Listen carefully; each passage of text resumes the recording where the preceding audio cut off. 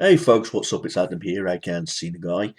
Time for another movie review on a film which uh, some horror fans do talk about this movie for a fair bit, and I don't think every time I mention this movie to different horror fans, some have seen it, but some of them haven't got really much to say about it, and it's a shame because this movie, I admit, has got a lot of problems.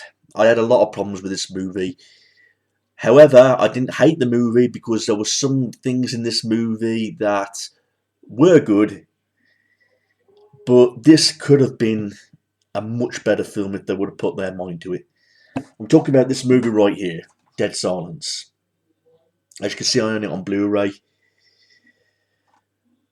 So, as you can see by the title, this is like a movie review slash run because there's so many problems with this movie, and it's a damn shame because this movie could have been the making of something special, in my opinion. They got some things right, but they got a lot of things wrong with this movie.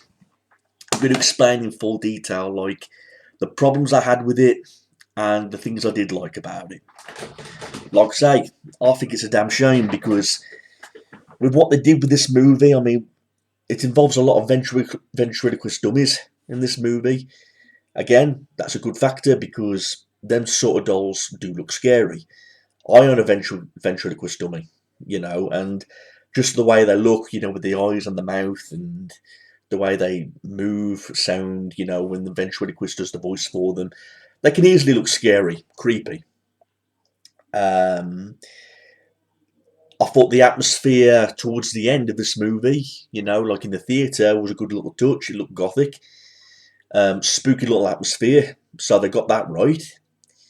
Again, ventriloquist dummies, good thing to involve. You can easily make a good scary film with ventriloquist dummy. Kind of reminded me a lot of like Goosebumps. Slappy the Dummy. Night of the Living Dummy in the Goosebumps films. Huge icon. I mean, the film opens up with this couple. They receive a dummy through the mail. Billy the dummy, right? So straight off the bat, you're doing a pretty good opening. We do see scenes of where the dummy came from. There was this ventriloquist woman, Mary Shaw. There's a scene of her where she's doing the voice of Billy the puppet. Entertaining this crowd in the theatre. The boy is making a mockery of the performance because she says that she can see Mary Shaw's lips moving. Trying to make her look bad as the job. She hears what she says. The boy ends up going missing. Everyone thinks that she killed the boy, so she ends up getting killed because I think it was her who killed the boy. And basically Mary Shaw is like coming back through all these dummies to get revenge. And as you can see, the title's called Dead Silence. Basically, if you scream, you die. That's a good touch. So the fact is that you can die by screaming. That's a good little idea. It's not the most creative idea in the world, but it works. Because if you scream, the scenes where people's tongues get ripped out by Mary Shaw and those other things. I mean, right off the bat at the beginning, like I say, when the lead character gets this dummy called Billy, there's a scene where his girlfriend dies because she gets her tongue ripped out. They were good little intense scenes. Even the creepy little scenes where Billy's like moving his eyes very slowly across the room when he does like a close up. I thought it was a good little touch what they did with the music, how it went quiet, hence the word Dead Silence. You got them little sequences where the music died down. Good little sequences. So I admit this movie did have bits and pieces of good things, right? I admit that. But there was a lot of unnecessary things. I mean, there's one actor in this movie who plays the main cop, and I'm a big fan of his work because he was in the Saw movie. Donnie Wahlberg as Detective Jim Lipton in this movie. Now, I like Donnie Wahlberg. Like I say, he was in the Saw movie as the detective. Saw 2, Detective Eric Matthews, which he was nominated for a Teen Choice Award for movie scream in that movie. He was also at the start of The Sixth Sense, where he played Vincent Gray, the guy who shot Bruce Willis, and then committed suicide by shooting himself with a gun. So, just mentioning those two movies off the bat, he did great characters. In this movie, I felt like his character didn't do jack shit. I thought it was a waste of character. Honestly, if you've seen this movie, what does this character do other than fucking shave? Every time you see scenes of this guy, he's always shaving with an electric shaver. Now, in my opinion, that's wasting the potential of a good character, because the characters in these movies, including him and the lead character, it would have been nice to do some character build-up with them, make it more interesting. But is it really necessary to see scenes of this guy just continuously shaving all the time? I mean, even the scene where he dies was like a close-up of his electric shaver. Is the film purposely trying to be funny by doing this? If so, I think it fell right on its fucking face, because I didn't find these scenes funny. I thought it was frustrating. Like, what is the fetish? What is the obsession with this character of shaving all the fucking time? Instead of putting scenes of him shaving, we could see scenes of his background story. We could see character development in this, in this progress.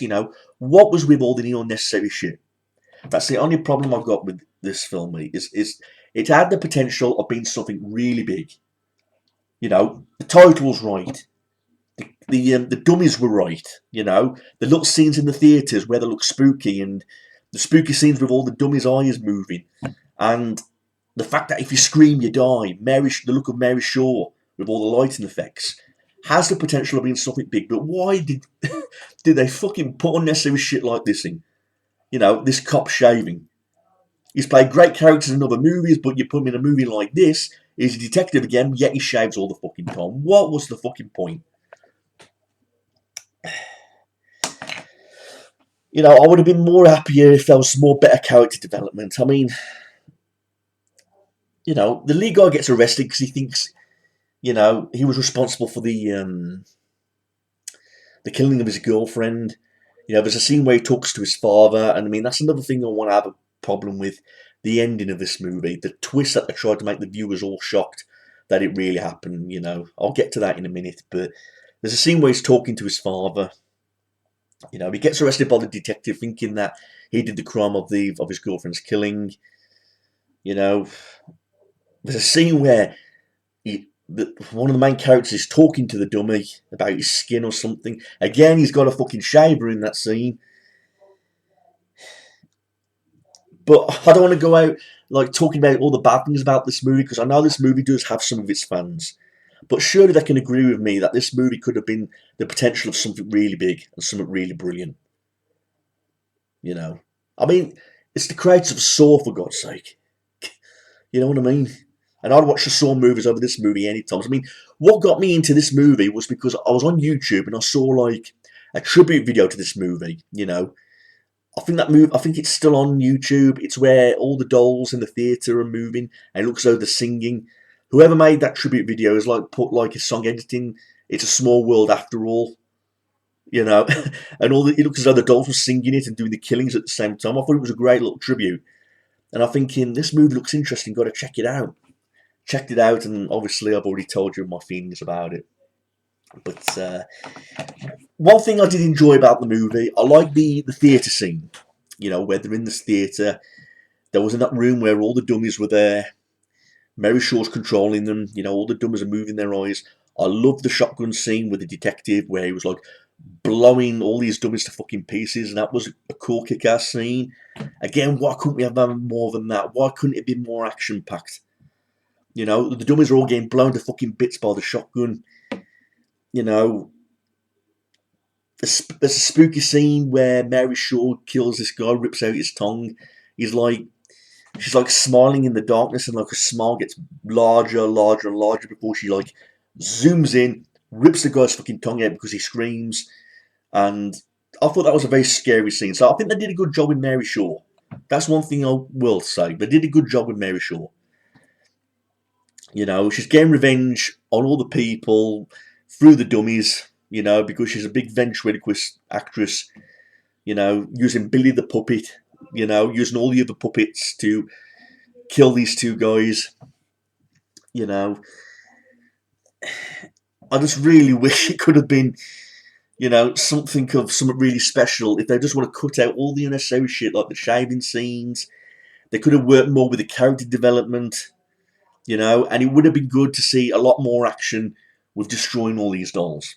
You know, it would have been really a nice touch, you know.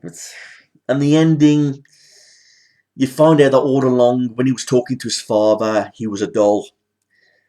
You know, Mary Shaw was controlling him, working his mouth. And I'm thinking, you know, we didn't really need to see that at the very end as a twist. It would have. I'm not saying cut it from the whole movie, but we didn't really necessarily need to need it as like an ending sort of thing. We could have just seen it as a sequence in the movie and then make that lead to the theatre scene. I would have been happy about that. But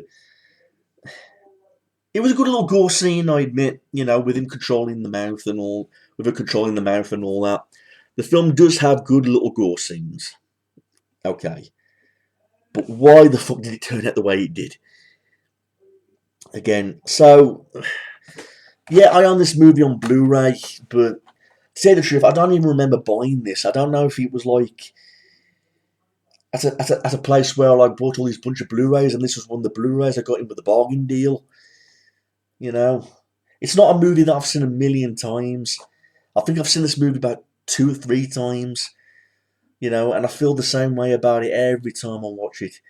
You know, the title's right. You know, the dummies were right. Good little gore scenes, but just so many unnecessary scenes, and it had the potential of being something even bigger if they could have done it more right. So, not a disastrous movie. I don't hate it. Just a little bit disappointed with how certain things turned out. That's all. You know, and I was really impressed when they involved that actor. You know, the detective from Saw 2 in this.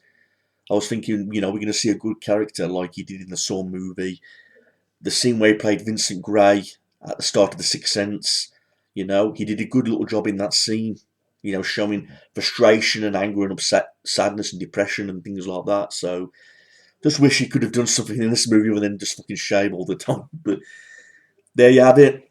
It's not always black and white. I mean, I'm looking at some of the stuff in this movie now, some important facts. 2007, this movie came out. Its official release date was March 16th of 2007. 92 minutes long, this movie, the unrated cut. It had a budget of $20 million, made $22.4 million at the box office.